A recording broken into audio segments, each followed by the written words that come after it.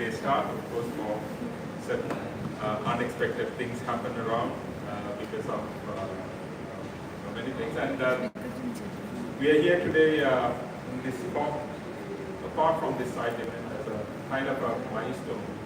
We're trying to look at what's happening in terms of the Paris Agreement implementation. We are going to look back and see how we have been successful in terms of implementation Paris Agreement. We're looking at the global stock take. And we have seen the synthesis report from the committee. And before that, we have seen some of the scientific reports also coming up, the IPCC 6 assessment, and 2023 emission gap report, etc. And everything suggests just one unified message that we are not doing good. We are not in the course of achieving the 1.5 degree temperature target. So we need to see what are all possible options to achieve the objectives of Paris Agreement, and at least to keep our planet a livable place.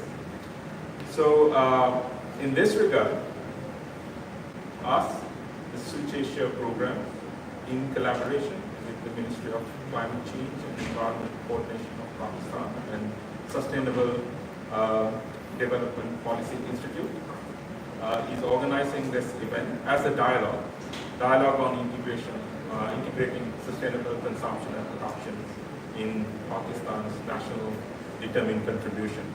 We are trying to discuss what are the challenges and opportunities. So once again, good morning, welcome. My name is Ranga Pallavala. I'm the expert on climate change in this Switch Asia policy support component. And I'm going to be your master of ceremonies and to the latter part, the moderator of the dialogue.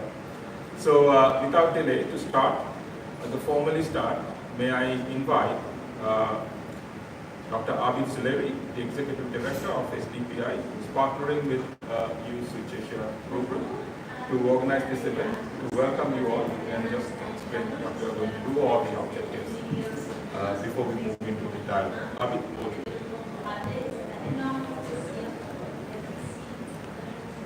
Thank you, Ranga. Good morning, ladies and gentlemen. As Ranga said, sorry for the delayed start and the unexpected events were the queue where I was stuck, and they were kind enough to wait for me. So I'm the culprit for this delay. But thank you very much for reaching here, planning ahead and reaching here in time. And that planning ahead is the topic of today. It is all about sustainable consumption and production through planning ahead.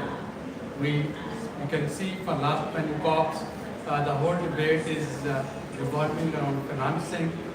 Yes, we do need finances for climate action, we do need financing for mitigation, we do need financing for adaptation. But along with this financing, perhaps we also need to look at the way we produce and we consume. And as we say that a dollar saved is a dollar earned. This is exactly what the experts would be telling us, how Pakistan and the other countries in the region, they can actually make the best use of the scarce resources and finances available to them for a better future. Now, when I talk of circular economy in Pakistan's context, this is, I think, the most indigenous adaptation mechanism that we used to do. So, people of my age sitting in this room, we know that we used to go with the bag of either a cloth bag or a utensil, steel utensil to go and buy our food. We never had to rely on these carrier bags and shopping bags.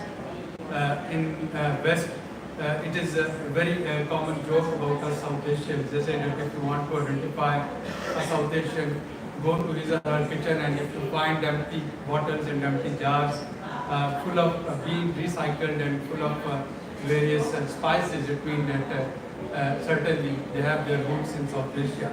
But these things perhaps made our region more climate resilient, and now gradually we started drifting away from it, we started shifting from it, until we reached to a level where we had to rethink what we were doing 30 years ago or 25 years ago.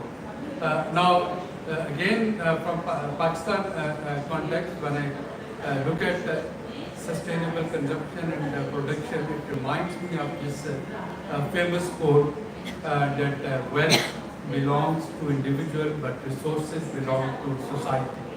And no individual has right to use his or her wealth to manipulate what is not required, to extract what beyond his or her needs.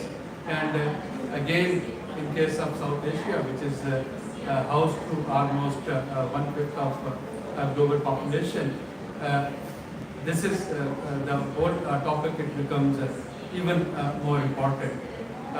Lately, the focus had been on production, sustainable production, but I just want to end with highlighting focus on consumption as well.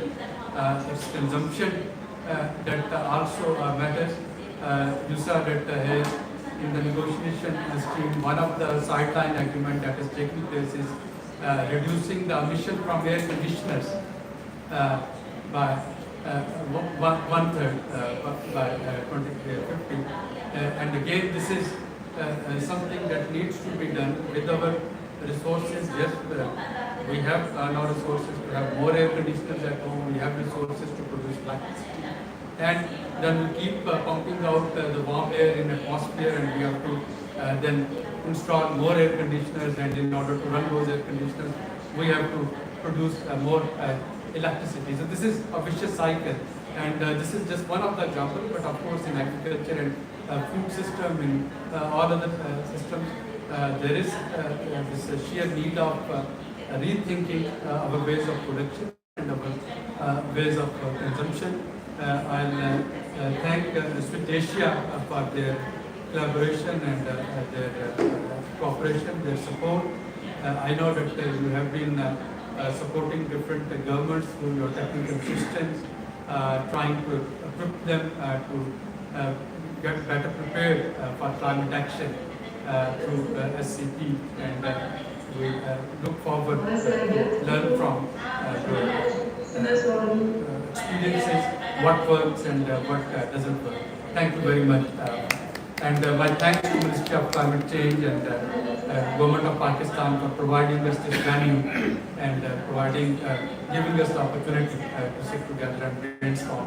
Thank you very much.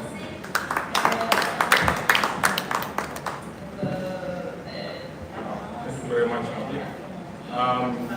As you correctly mentioned, of course, we should thank the Ministry of Climate Change and Environment Coordination for not only giving the venue, but of course collaborating with us to have this discussion, which is quite important, not only for Pakistan, but region and globally as well. So now I would like to invite the Federal Secretary for the Ministry of Climate Change and Environment Coordination, Mr. Asif Shah, to deliver the opening remarks of this dialogue. Over to you, sir. Yes, thank you very much. Welcome all of you. I'm thankful to Dr. Saleri, Switch Asia. I'm just skipping names rather than pronouncing them for all. Lead Anchor INP, GDGI, and other partners. World has been growing. It's a perpetual phenomenon. Right after that growth actually picked speed after industrialization. The first world, it grew without realizing that it grew at the cost of the environment. That realization came very late. Low countries which were 100% dependent on fossil fuels in the early 70s, and they are going for complete realization of use of fossil fuel by 2050. But the challenge before countries like Pakistan and many other developing countries that we are home to nearly 85% of world's population as well. We need to support people. We need to grow. The tricky part is how to grow without harming the environment and mitigating the climate change challenge. The Global Stocktake report, 6th IPCC report, and clear they talk of course correction. But the path is very tricky and difficult. Requires a consolidation. So one important segment is this sustainable production and consumption.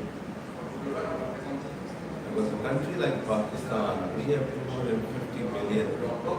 People need to live, they need to consume also.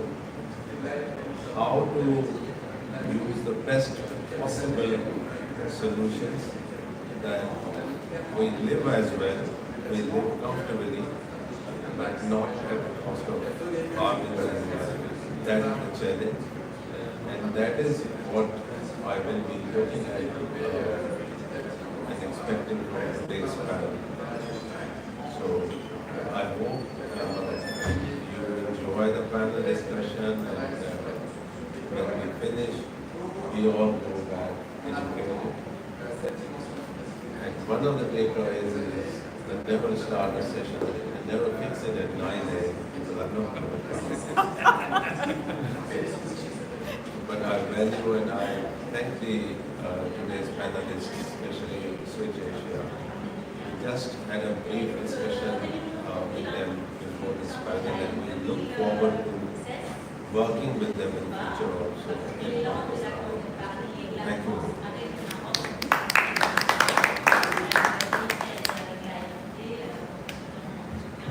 Thank you very much, sir, for your kind remarks as well as your collaboration again.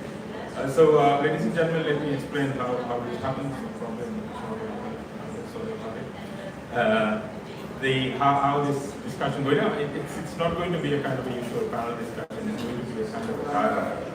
We of course have invited some of the experts and expert institutions who have been working in this sector of different sectors: climate, material, resources, development. And because we all are part of this solution, we need to play a role in part of this, the entire block towards finding solution for this problem. So we start with a kind of an introductory presentation. I would say it's a kind of an introduction to trigger our dialogue. And then we'll continue our dialogue. To trigger this, I would like to invite our team leader, Dr. Zinaida Fanifa, to do an introduction to yourself and to the trigger.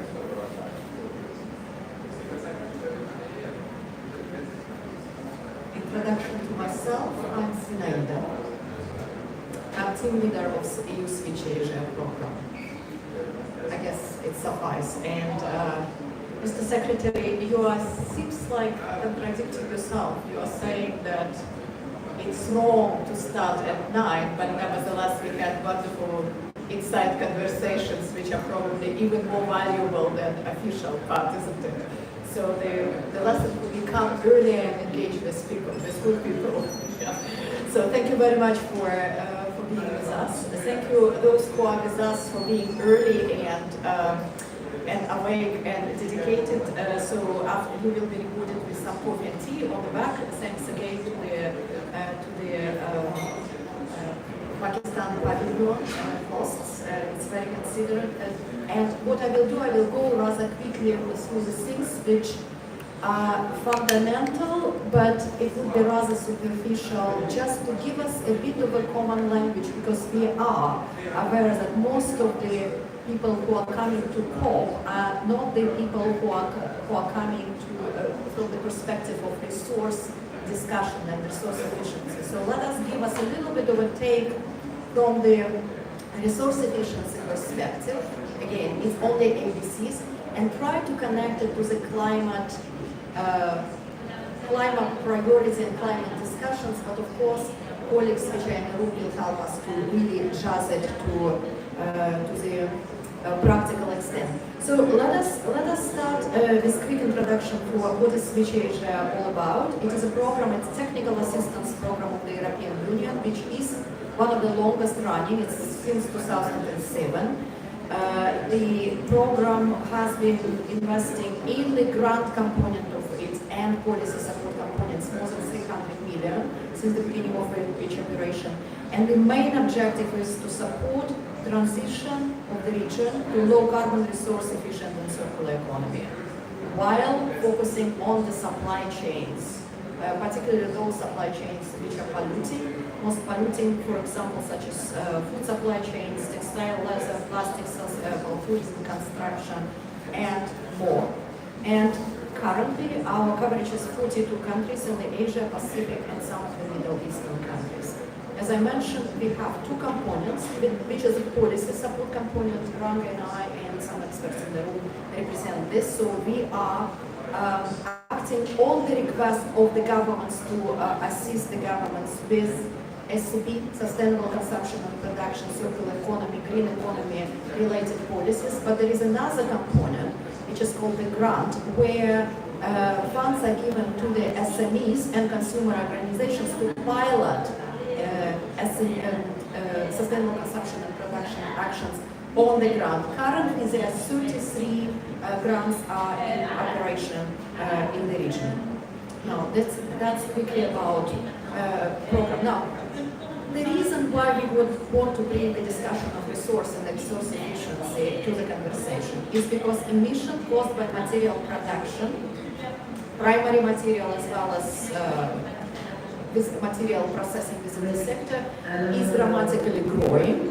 It's all the data from International Resource Panel, but it says that between 1995 and 2015, there has been 2.3-fold increase in greenhouse gas emissions from the material processing. And you can see the major culprits here on the slide. It's from the metal material, non-metallic material, plastic, rubber, wood production, and more. So that is the entry point for us. Now, again, to bring you into the minds of the SCP, Sustainable Consumption and Production and Resource Efficiency people, this is the philosophy behind it. So, the current model of development, the more resources we produce, the more wealthier the nations are becoming. And the Secretary is absolutely right. It has to, the growth, economic growth and development must happen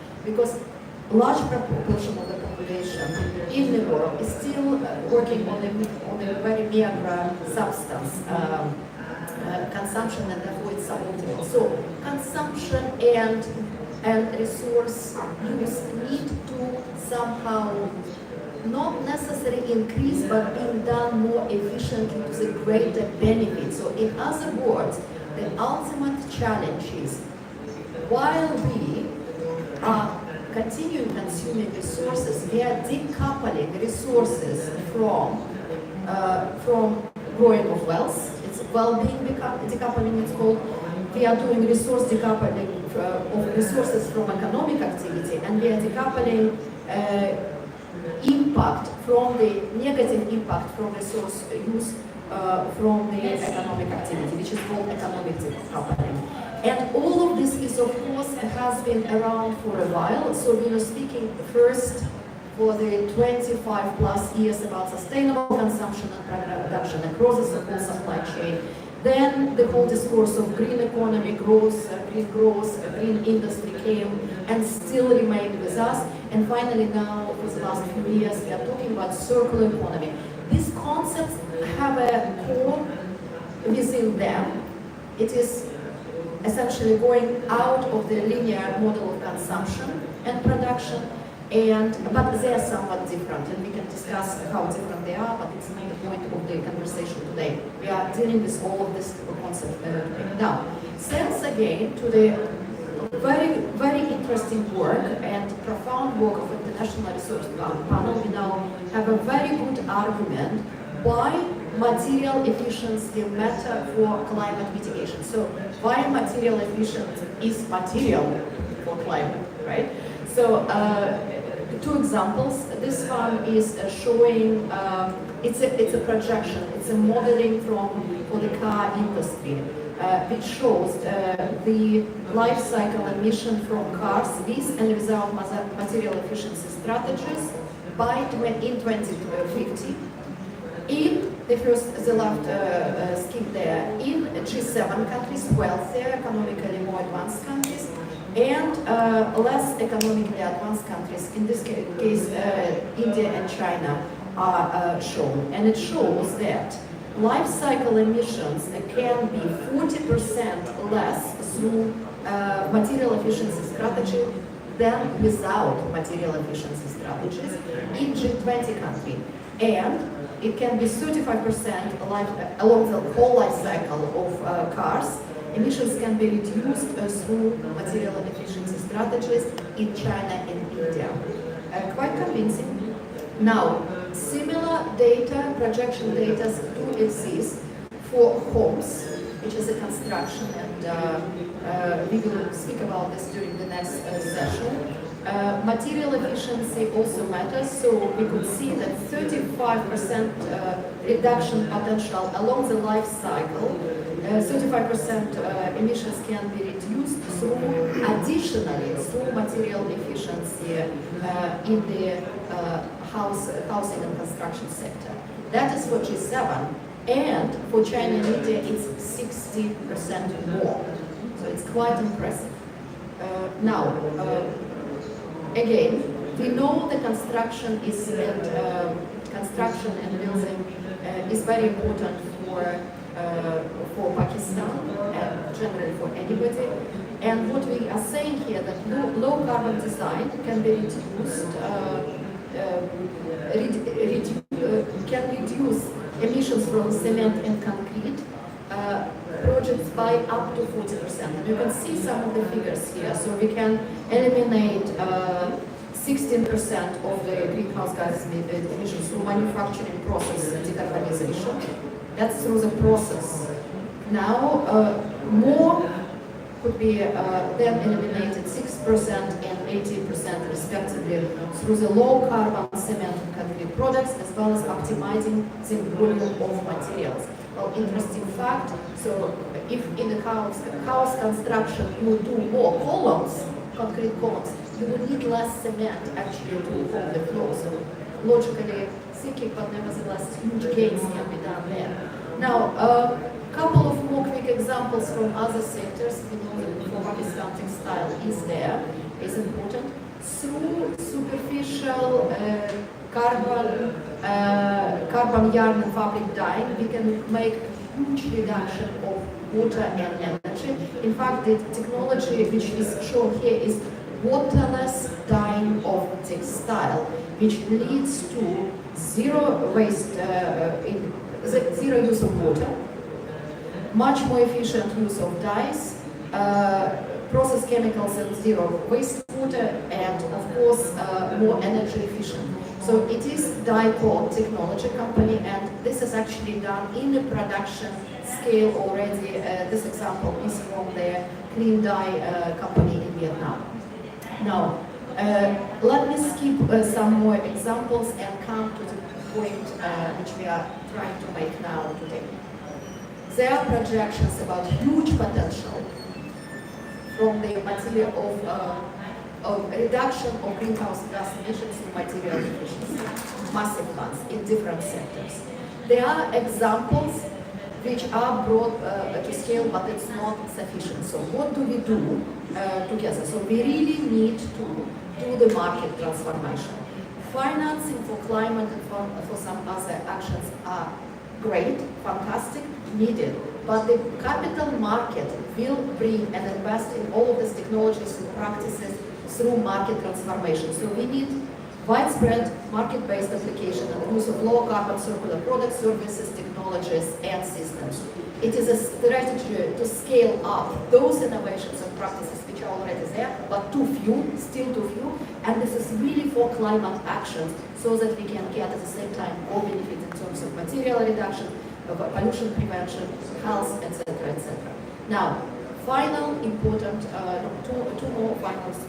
So what we are saying is that if we look at some of the actions which are possible through the material reduction, material efficiency, zero material, etc., big ticket actions, they are there through the hydrogen, steel, cement, and some big ticket actions. So if you do a few of them, we get huge reduction in greenhouse gas emissions. At the same time, there are multiple number of energy and resource efficiency projects and technologies in different sectors across.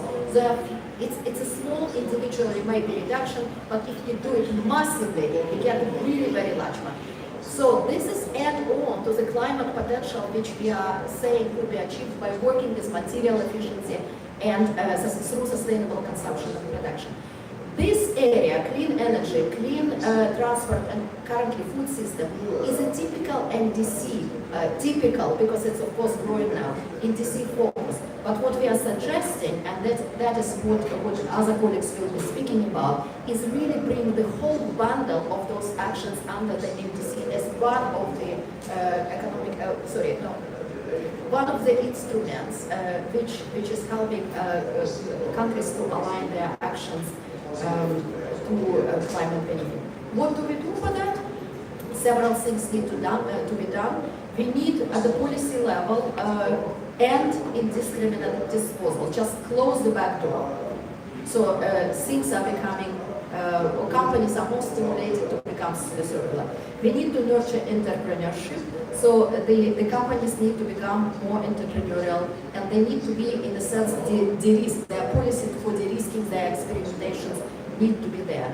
There need to be innovation, much more massively, again, investment in innovation, policy toward innovation, because currently they are interesting technologies, they are interesting processes, but more need to be done, not only at the technology, technical level, but also at the business models, relations across the supply chain, etc. And of course, it needs to be financing through the risk-based financing, again, first loss guarantees.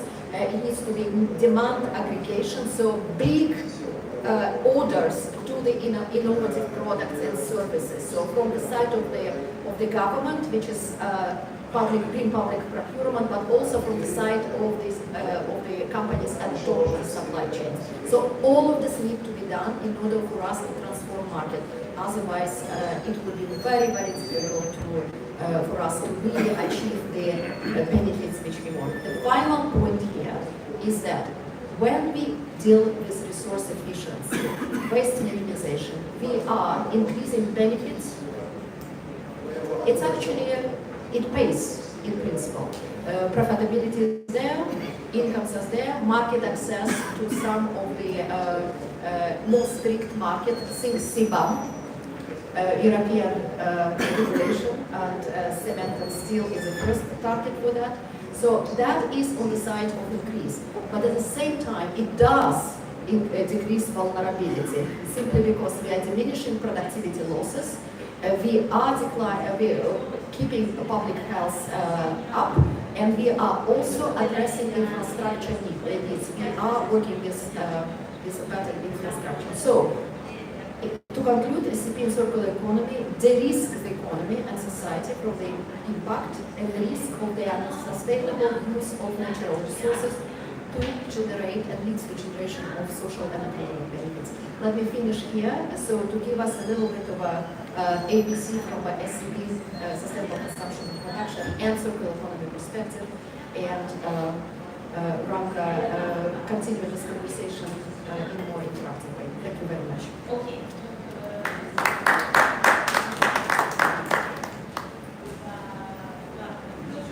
Thank you so much, Zenaida, for your UBC SCP. Let me just say that we have limited time, of course. I know we started too late, and at the same time we need to release some of our discussants or the panelists a little in advance. Just to elaborate how we are going to conduct this. So this is going to be a dialogue, so everybody is going to participate. But we have invited a few panelists outside Switch Asia program, but of course we have Switch Asia that is also coming in and involved in the discussion. discussions and all. So ultimate objective of this dialogue is that to see from the Pakistan perspective, looking at the experiences of the other countries and the global experiences and the programs including education, how Pakistan can think of integrate sustainable consumption and production aspects into their climate agenda, including national, but not limited to national development contributions. So we can provide different aspects of it, and we have already done some work. Of course, our expert will also highlight that. But let me invite two people, those who have not spoken during the event so far, to come in. But I would say they are coming from very complementary, but at the same time, two different aspects of our argument: the climate and the material. Let me first introduce Achala Basic, Dr. Achala Basic. She's the director for Asia in the Global Green Growth Institute. Achala is not involved in negotiations in this COP, I know, but of course for many years she has been a very involved person in the COP process. She has been the legal advisor for the LDC group coming from the IID in UK, and she's been doing that work. So, and also she involved as a lead author in the 5th assessment report, if I'm not mistaken, in IPCC, Intergovernmental Panel on Climate Change. So she can bring the climate aspect, the scientific aspect, as well as the global policy making aspect, and now from the Global Green Growth Institute aspect, how the country engagement is. Achala, may I invite you to the panel? And then we have the other side of this argument, the resources. And in parallel to IPCC, there's another global scientific body, what we call the Intergovernmental Resource Panel, IRP. IRP looking at the resources aspect and the resources outlook. And IRP has a very flagship report, like the assessment report of IPCC, we call it Global Resource Outlook.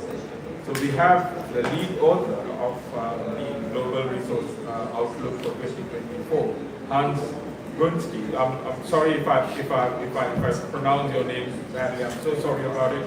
I hope you can rectify as we move along. My name. Okay, right. Okay. So do I. My name is pronounced differently. So he's the lead author, and at the same time he's the former director of the European Environment Agency. So he has the European background. So we have complementary scientific views coming from base to eminent panelists, and at the same time, I also invite Zinaida and Abid also to sit in the panel. But the group will also engage in the discussion from different ways, and of course we have our expert Arif Rahman who will join from the audience in the discussion. So as the first round, what we'll do is I will ask some triggering questions from the panel, and of course then anybody at any point, if you want to engage in the discussion, want to highlight any aspect, to ask any questions, please feel free to raise hand and indicate me. I'm quite happy to do this in a way. So may I start with you, Hans, and you can rectify my mistake as well before your intervention. IRP, of course, the Global Resource Outlook 2024 report will be launched soon, and that will give the new perspective of how the resources handling. From the IRP perspective, how do you see the IRP work can endorse, complement, or strengthen the discussions happening in the climate discourse, especially at the university, the complement? So I'll start with that question, so you can start. Hans? Okay, well, good morning. Thanks for the invitation. Indeed, in the Global Resource Outlook 24 report, which is the flagship report of the International Resource Panel, we will be focusing on how a resource angle is absolutely necessary if we want to deal with the triple planetary crisis: climate change, biodiversity loss, and pollution. and we add to that very explicitly human health and well-being as the desired outcome. Yeah. So very central to that is the logic of resource use and how it is connected to our economy. And we've seen a tripling, more than a tripling in the last 5 decades of resource use. We see a steady increase of that, and for the next decades we expect that resource use to continue to increase. And we will need more resources to deliver on the SDGs, particularly for the billions of people on this planet who, for all the good reasons, can aspire to better life conditions. We make a connection to well-being outcomes, better health, better infrastructure, better housing, better food, all of that. But so the emphasis is indeed on making sure that when we use these resources, we create better well-being outcomes, specifically for those who are lacking them, and that is not those living in the wealthy countries or the very wealthy in the not wealthy countries, because those are two aspects. So we need distributional discussions. Without a discussion about distribution of the use of resources and their impact and benefits, we will not get there. Yeah. The second really critical thing is that the impact of our resource use now is way too big to deliver on the Paris Agreement, to deliver on the Kunming-Montreal Agreement, and to deliver on the pollution agreement. 50% or more of our greenhouse gas emissions come from the first 2 stages of our resource use, mining and processing. So if we avoid, through circular economy, through sharing mobility in systems, rather than each owning something that weighs 2 tons, or to better deal with food waste, we can actually save a lot of resources by not having to dig up new resources and transform them into something that we then make materials of. This is a really important message from the report. Another really critical element is on biodiversity. We are losing a lot of biodiversity, land-based, by the way in which we organize our food system and which we use biomass.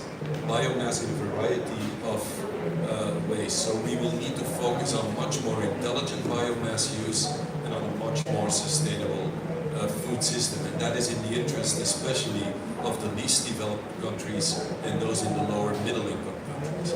Is this possible? Yes. We see a stabilization of resource use in the wealthiest countries, and the report is very clear. If we want to create a space within planetary boundaries for everybody to have a good life, the absolute use of resources in the wealthy countries will have to decline. That's a very clear message. Not slow down, but decline.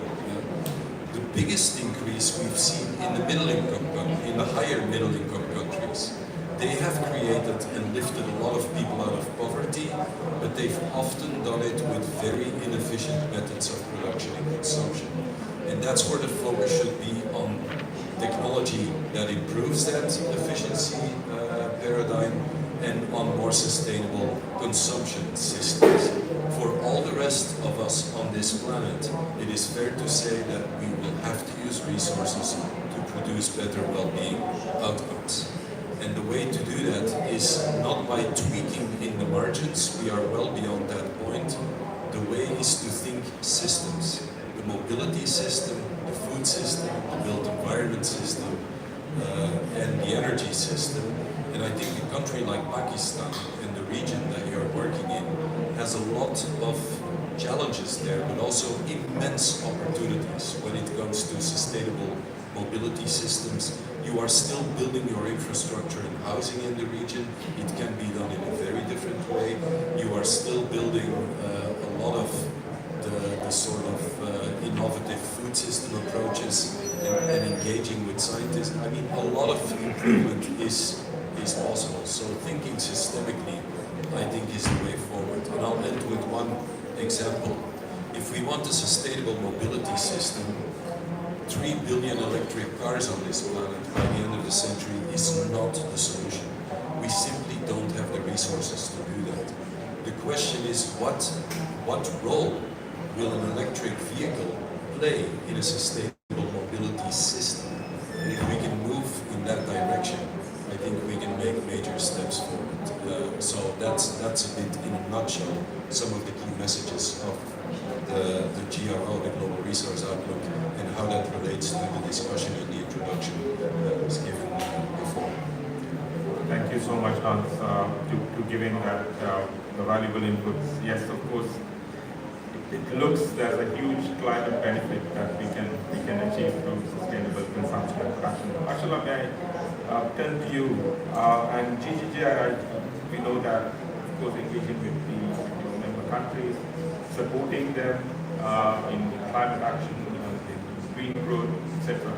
How do you see the potential of SCP, circular economy, in that whole process? What's your experience around it? So we'll start from there, and I'll come back to IPCC related.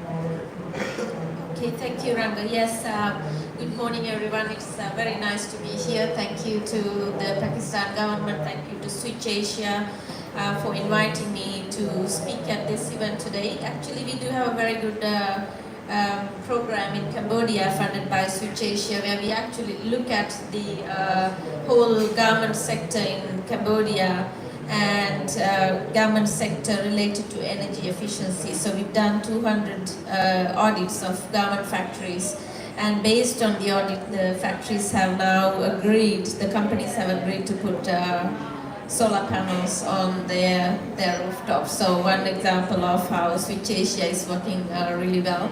My role, as Ranga mentioned, I was in the thick of climate negotiations for so many years, but now actually I'm much more green growth, which takes climate change into the heart of the economic development, as Naida mentioned in her remarks. So what we do is we actually go into the countries and work with countries, the governments, to really bring in the green growth aspects into more economic development plans, the policies, as well as in particular investment mobilization.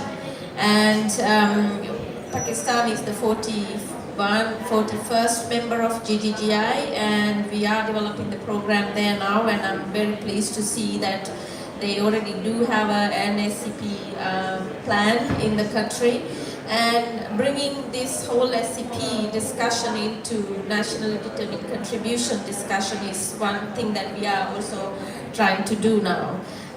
In the last exercise, last NDC enhancement exercise, we supported 30 countries to develop or enhance their NDCs through GGGI support. And now we are going into an exercise we call NDC 3.0, because the countries are supposed to submit a new nationally determined contribution or an updated one by 2025. So I think that's an opportunity for the countries to really go beyond the usual sectors that Naida mentioned, the energy, agriculture, etc., in the NDCs, to really go beyond and think about the efficiency and the material sustainable consumption and production, bring that into the NDC planning process. And for me, now we have had 2 rounds of NDC preparation. The third round, I think, has to be whole society, whole economy exercise, where we do bring in those areas that are perhaps not in the center of the second round of NDCs that we saw. And that goes, I think the policy alignment, the thinking of the strategies and the plans are really, really good.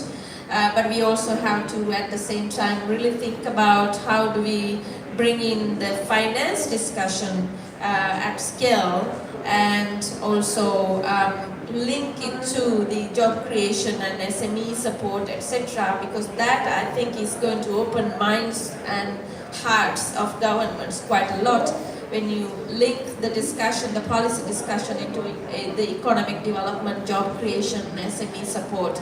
That becomes a whole different discussion.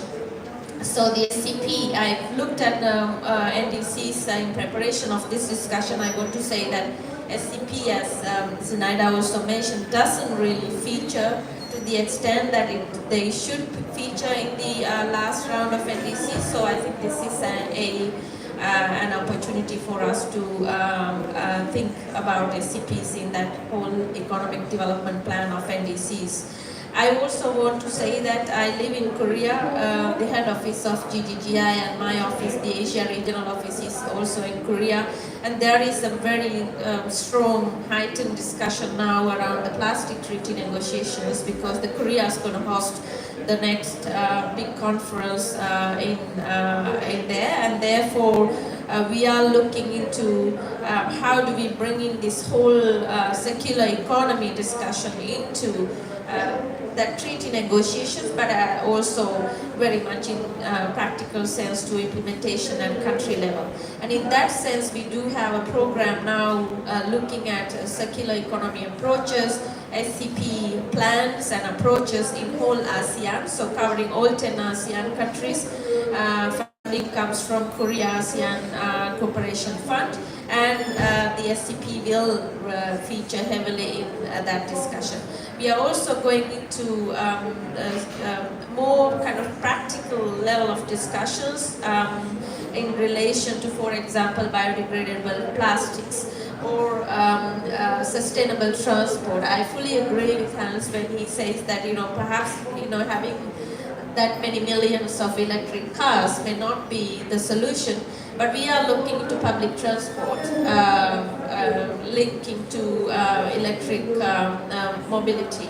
And we are looking into building sector, energy efficiency in building sector. How do we think about the whole energy efficiency aspects related to appliances as well as other materials and other sources that goes into the building sector as well. So GGGI is very much into the practical implementation at countries that we are working in. We have 48 member countries now, and in Pakistan we are implementing the technology roadmap of Pakistan, currently looking at waste and water sectors to implement the technology needs assessment of Pakistan, and working very closely with the government in looking at how we bring in the sustainable consumption and production aspects as well to these sectors. How this work is going to move forward, in which subsectors are to be seen, but I think this work will also contribute to the national determined contribution process of Pakistan in the coming days. I'll stop here, and thank you very much. Thank you very much, Achala, for that deliberation. It's really good to see the work, AI and the potential that we are showing in the countries. I'm sure this is quite interesting for Switch Asia programs and Zinaida. I would like to, just building on that, what Achala mentioned, how the countries we have been working around. I think if you can explain the program modality of Switch Asia and why climate is important as a program. And why Archana is referring to the Switch Asia work in some of the countries. No, so let me make two points. The modality of Switch Asia is done in a way that we have activities on the ground, and this is what you were referring to in the textile sector in Cambodia, where the whole sector, as you said, enhanced, you were referring to the need of getting to the whole sector, the whole system. So it's the whole system of textile sector has been assessed from the perspective of circular economy, opportunities, assessment has been done, etc. It's really excellent, rather challenging piece of job, which leads to clear, interesting results. So this is done under the grants, where a few millions are given to the consortium, which is working with hundreds of enterprises, SMEs on the ground, modeling this kind of practices, making sure that these practices are workable, people are getting getting familiar, internalizing this kind of practices. So there is no argument it's for somebody else. So it's a business, they're building business case for those kind of practices. This is one element of situation. Another one is called policy support component, where we are, I mentioned it already, working with the government at the same time, telling to the government that those kind of policy or actions or roadmaps or frameworks need to be developed, for example, or we are developing in order to exactly upscale this kind of practices on the ground. So it's a policy element and on the ground element. This is what point number one. Secondly, maybe I can just take a few points also, will trigger the point of plastic. So I'm hopeful that colleagues, our experts would explain one of the technical advisories under the policy support element, which is really focusing exactly on the building SCP targets into the NDCs. And we do look forward in linking with you and your work on that. So that's just immediate follow-up. Some other activities which are relevant material for climate, which we are doing in the area of policy, is exactly in the area of climate, where our experts on demand supporting the governments in our target region, in Asia and the Pacific, to advise them on the potential views of looking, first a brief about negotiation towards the global plastic agreement, helping them to conceptualize and systemically look the whole process from the beginning, from extraction until the use stage, waste or circularity of the secondary materials, and also to advise the governments during the negotiation, so when they are particularly least developed countries. This is one.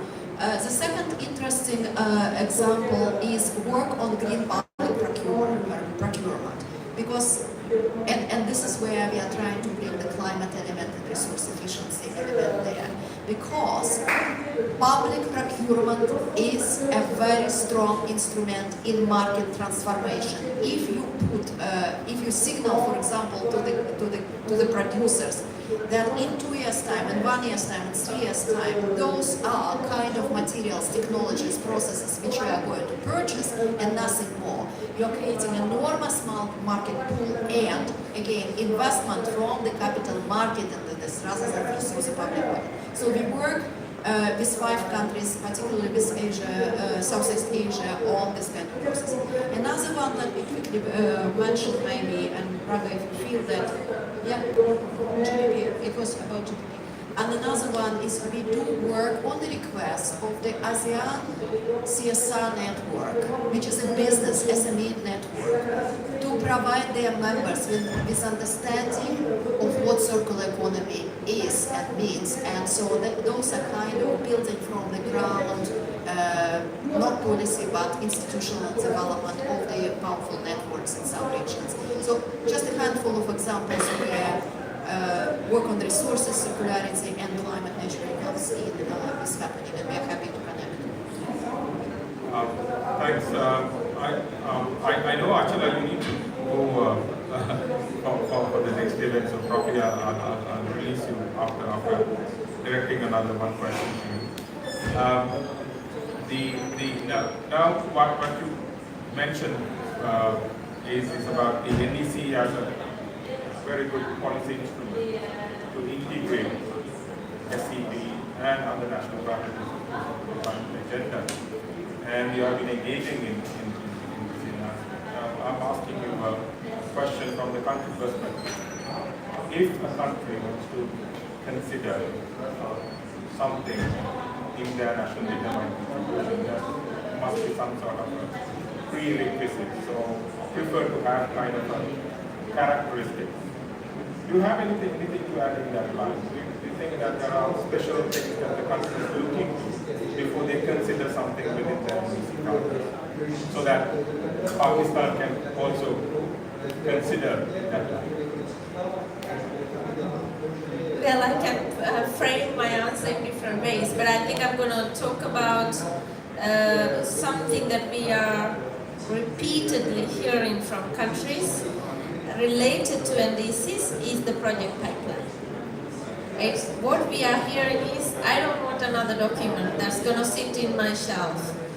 I want practical and a strong and at scale and a bankable project pipeline. So I'm actually now telling the countries, perhaps let's start with the project pipeline. And let's start with the investment plan. Let's start with the finance plan.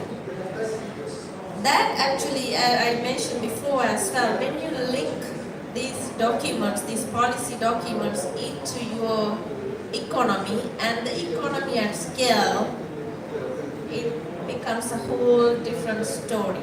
And DGGI did we produced a research paper and that's called Closing the Finance Gap for Green Growth. And the three main areas that we have, everybody knows this is not a secret, but our findings is that the project pipeline in most of our countries are not bankable, and they are very small, they are not at scale, and the capacity gaps, human as well as institutional capacity gaps, are massive, and therefore we are really not properly implementing the NDCs. So for me, if the SCP is to be successful in the coming years, I think we have to really start thinking about a very, very strong project pipeline and at scale.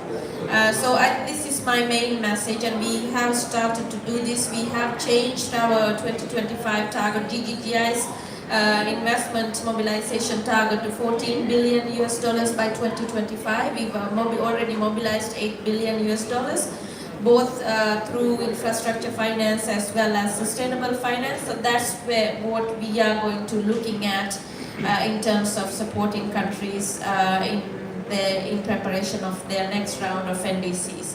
And I would perhaps very happy to discuss with the partners who are here how we may perhaps join force, because I also believe that one organization alone cannot do everything that needs to be done, and the governments really appreciate honest and transparent support coming in their ways. So we could have a discussion around this, how we do it.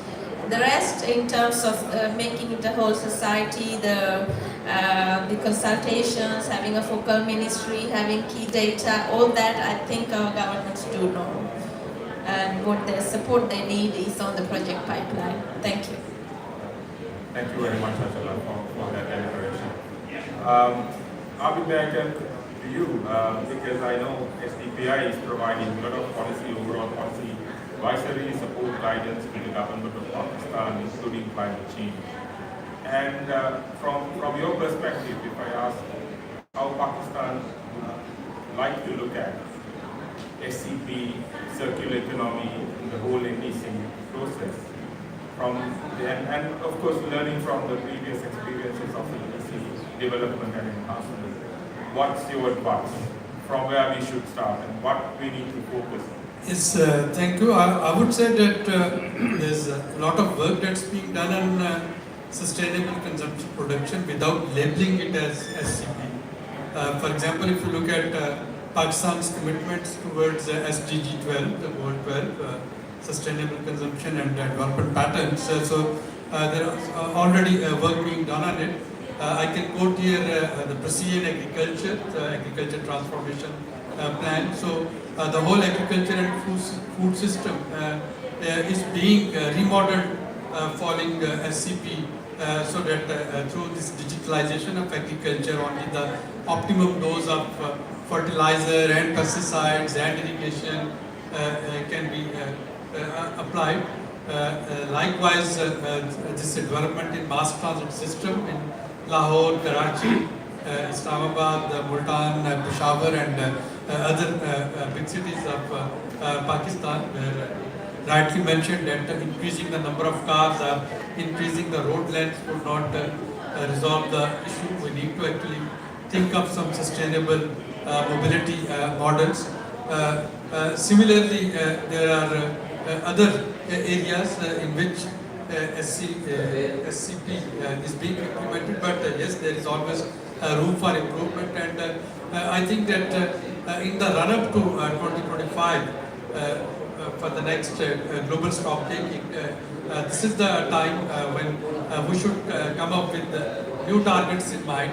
What is it that we would like to pursue in the short, medium, and long term in terms of SCCP, in terms of SCCP facilitating climate action, and in terms of SCCP as a way for climate financing. I will conclude with one more example where we are actually now compelled to follow sustainable consumption production practices, and that is energy. Pakistan is an energy thirsty country, and unfortunately, like Sri Lanka, we are also facing this dollar crunch, and there is this strong realization that importing this expensive fossil fuel that will not take us anywhere. So we again need to think of some sustainable ways, both of production as well as of consumption of energy. And so for me, glass is half full, and how to fill the next half, that is where I agree with Angela that all of us collectively we have to play our role. Thank you so much. I know our expert based in Pakistan, Arif, wants to intervene. Arif, may I ask? I hope everyone can hear me. Thank you, Ranga, and I think it was a fascinating discussion, hearing one or two things in particular. I would just like to comment on something and also invite Dr. Abid's comment on something, especially that Hans said from your experience, Dr. Saab. Hans referred to the fact that we need to start planning at a very early stage when it comes to resource allocation, especially he mentioned mining of resources and others. Now, when I look back at the way resource allocation is done in Pakistan in particular, there's always a bit of a feeling that some resource allocation is probably not done in a very integrated way, and rather different sectors would probably go about their own planning in different ways. So if you look at the pyramid, then you feel like the integration of the way that resource allocation takes place is very high up in the pyramid and probably needs to start at a very low level. So what do you think in Pakistan's case, how that approach can change, how we can actually go into a nexus sort of an approach where we are integrating different sectors and planning for resources at a much earlier stage than actually is being done at the moment?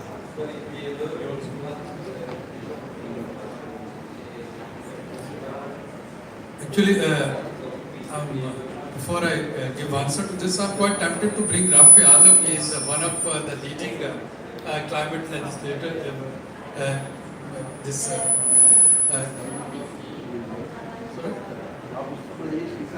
Okay. So he's a leading climate lawyer in Pakistan, working on different issues. Rafi, you can weigh yourself. So because we are doing this interactive roundtable sort of discussion, so please feel free to jump in wherever you want to. Arif, you are very right. The problem in Pakistan has been lack of integration, lack of coordination, and that's why I use the word that a lot is being done in Pakistan on SCCP without labeling it into SCCP, and that's where this nexus approach was missing.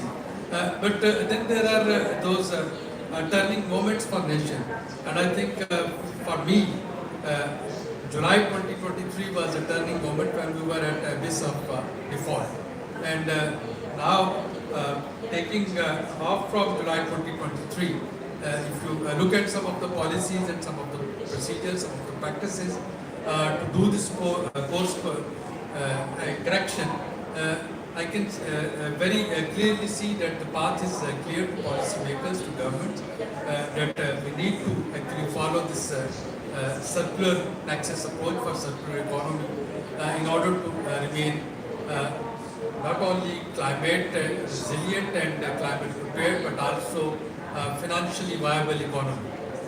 The ways of our economic spending and production and consumption, perhaps it was not sustainable, that led us to the point where we were in July 2023. And during last 5 months, we can see that there is a huge improvement in the way things they are taking shape in Pakistan. Sanjay, you want to ask a question? Before Achla leaves, thank you. Achla, you mentioned about bankable project and inviting investments. If you look at where we are now, as a society in Pakistan, society is moving towards copying the model of consumption. And we are trying to divert them towards sustainable consumption production practices as part of their life. Now, if from the business angle, wherever community is moving, society is moving, that's bankable. But turning them towards sustainable consumption production practices will need some time. And that's the time, crucial time, when we need investments to actually help us divert the society or create a market for sustainable solutions. So how do we manage that? That's the interim period which is very crucial. Otherwise, such the bankable projects may continue to pursue the wasteful technologies which exist in the market.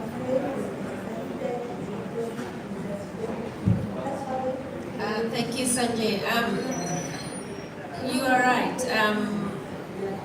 Maybe I'll give an example of how we do it. We work with business incubators and business accelerators to really provide grants and provide interest-free repayable loans to help them to really think about sustainable production mainly, and also push for sustainable practices. Not in Pakistan, we don't have that program in Pakistan, but we have a program called Greenpreneurs, and we also have a program called Technopreneurs. So there, we start with incubators, mainly incubators. We help the sole proprietors or small businesses to really think and create their business cases in a more sustainable manner.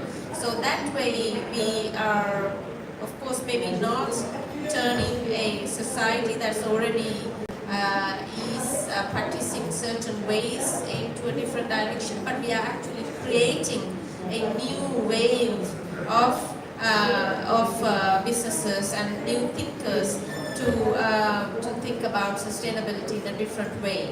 That's one example that we could give. And the other one is, there are areas in which that we come in and say, okay, now you've had your unsustainable consumption patterns. Let us now think about a different way to support you. For example, in Mongolia, we have a energy efficiency program in the building sector. As I'm sure you know, Mongolia has a lot of Soviet-era buildings, and the buildings are so old, the heat escapes from the buildings, and the winters are so cold, they keep burning dirty coal, and the whole Ulaanbaatar city, if you go there in winter, it's dark. And that's not because there is no sun, it's because there is so much dark fumes. So we are now retrofitting the buildings in Ulaanbaatar. I can't remember the number, but it's a big project funded by IKI to retrofit the buildings. And then we are also educating people on sustainable consumption of energy, how they should think about a different way of consuming energy in those building sectors. So there are different ways to think about it. But without practical solutions like this, if we just go and try to educate them, try to raise awareness, it's not going to work because there is no resources. So we have to think about bringing practical solutions to the theory that we are talking about, and really do it on the ground so that people know that we can decouple emissions from economic growth, and you don't have to do one or the other. Thank you.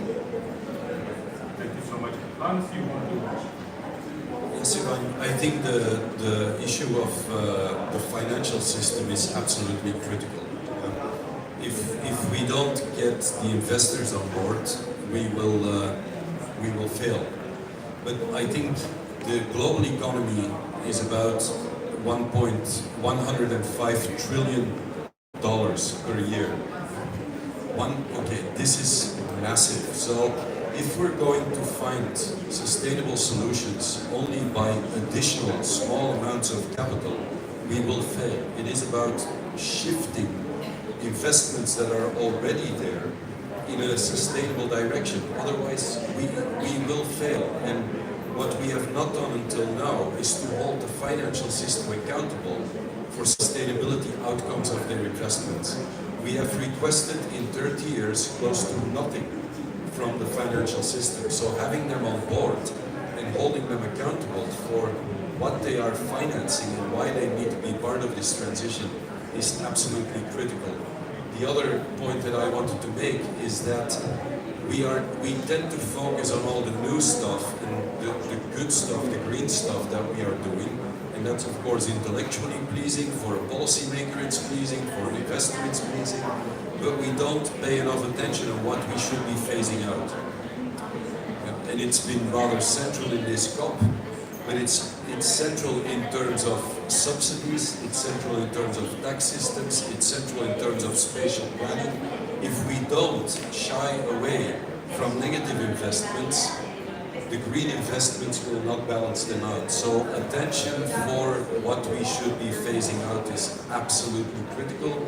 It's also one of the new elements that we are focusing on in the Global Resource Outlook. I can tell you in the discussion with the political level, you don't get a standing ovation when you bring that in because it's difficult, and it's also, you know, where lobbyists and others have their playing field, but this is absolutely critical. Otherwise, we won't get there. And just to interrupt the flow, because since Achala wants to leave because we start late, but the secretary wants to give away some mementos to the panelists, so I just wanted to hold Achala there.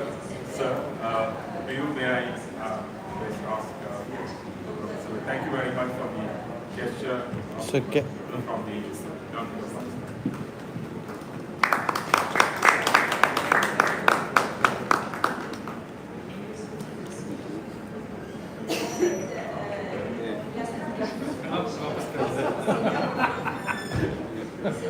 A group photo, Thank you, sir? probably a group photo. No, there. Oh, sorry.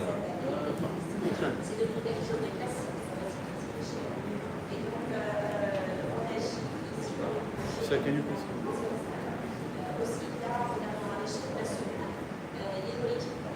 Thanks. Thank you. एक photo आप भी करवा Secretary planning. He has been very quietly listening to the discussion.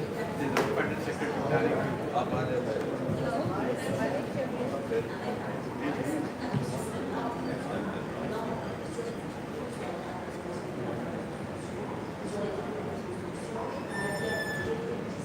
Thanks, sir.